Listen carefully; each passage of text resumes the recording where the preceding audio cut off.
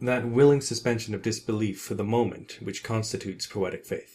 Good evening, writers. It's Friday, April 21st, and we're here to talk about the next of our tools for writers, the willing suspension of disbelief. Now, this is less a tool for writers than it is a relationship between the writer and the audience, wherein the audience suppresses their critical thinking and accepts the world presented to them by the creator, even if it includes actually impossible elements such as magic or mythical creatures or time travel, so long as the world they presented is believable and internally consistent. That is to say, audiences will buy into your world and your characters so long as it seems to follow the rules set up by your own fictional universe and you deliver a story through it. Or at least a good story. The better the story, the more willing the audience is to suspend their disbelief. Now, the suspension of disbelief accomplishes several things. First and foremost, it makes the audience less likely to notice contrivances or to call out unlikely coincidences. If the lead investigator in your murder case discovers that her brother was the one that actually did the killing, despite the fact that this would almost never happen in real life, the audience is neither going to notice nor care about this fact so long as it works inside your story and helps deliver a good narrative. The fact is, stories as a whole are about rare and extraordinary things happen, so when extraordinary things do happen in your story, that's par for the course and the reason why the audience is suspending the disbelief in the first place, because any given thing is an extremely rare occurrence, but something has to happen. Why not this? This suspension of disbelief will also give you more time to develop your plots and characters. It is rare for your characters to be fully developed the moment they appear, for your plots to be wholly transparent the moment that they begin.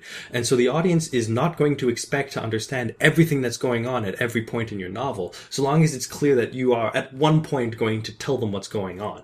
You have to be very careful when you walk this line, though, because although you don't have to tell the audience everything right out of the gate, the longer the audience has to wait to understand what's going on, the higher the chance of breaking their disbelief and starting to question why things are happening the way they are, or worse, why you are making things so confusing. That, in a nutshell, describes the importance of the suspension of disbelief. It's the audience's acceptance of your world and your story as a self-contained universe, as something that exists on its own, separate from your act of creating it. It's when the audience will think about and talk about characters as if they're real people making real decisions, and not as characters that you've written to make decisions that you've decided. This is a disconnect that the audience willfully creates, where they understand that what's happening is an act of fiction, it's an act of storytelling, but they believe and invest in it as if it were real people making real decisions with real consequences.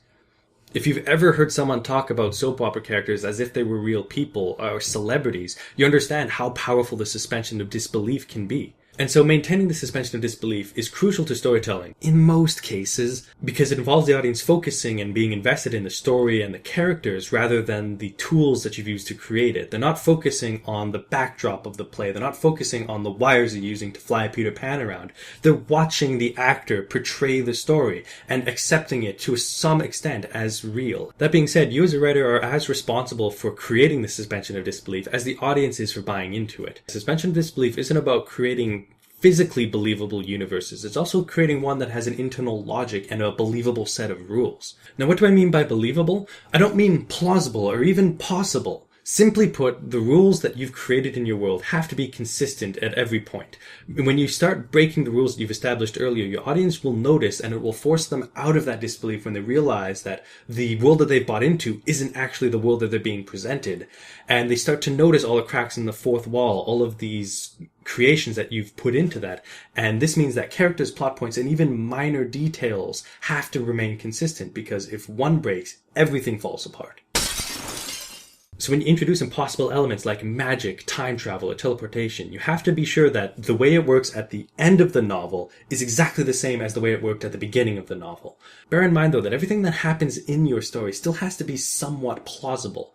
Audiences will put up with impossible feats that I mentioned earlier, like teleporting, but will be inherently suspicious of implausible events, like the main character just happening to guess a secret password that opens a locked door. Generally speaking, the rule to follow is the audience will forgive the impossible but not the implausible. Now, the suspension of disbelief doesn't just apply to fantasy or science fiction novels. Every story relies on it to some extent.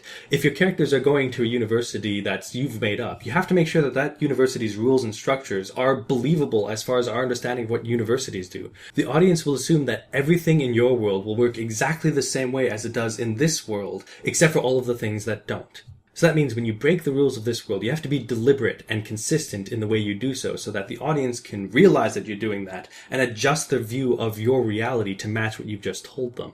So as a writer, there's a few tips you can follow to help you maintain a good suspension of disbelief. First, make sure that everything happens for a reason. Although you don't have to tell the audience those reasons, you as a writer have to know what those reasons are. You have to know the cause and the consequences for everything that happens so that you know whether or not you're breaking your own rules when you make something happen. Second, be aware of everything you've told the audience. You always have to tell your audience something about the way your world works, but you have to be careful about what you tell them. That is, you don't want to reveal absolutely everything to them, and how you tell them, which is a much more complex situation.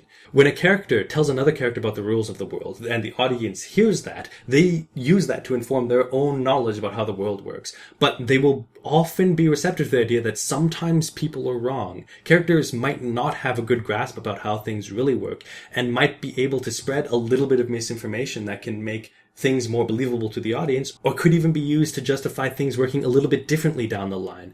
But if you do end up pulling the rug out from under the audience, you have to be very explicit that that character doesn't know what they're talking about, so they don't feel like you've lied to them. The second and much more dangerous way to tell the audience about how your world works is through narration.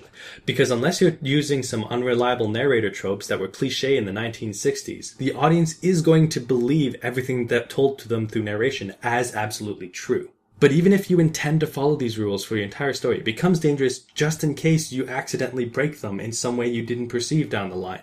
It gives you no way to back down from the rules that you've told the audience, and now you might end up in a situation where you've broken that suspension of disbelief because you accidentally broke your own rules. And finally, the third way to maintain a good suspension of disbelief is make sure everything happens for a reason. By this, I mean the audience is more likely to suspend their disbelief for a ridiculous or implausible thing happening if it makes sense in your story. If every loose end is tied up by a single implausible but still possible event, then the audience is more likely to accept it as the outcome.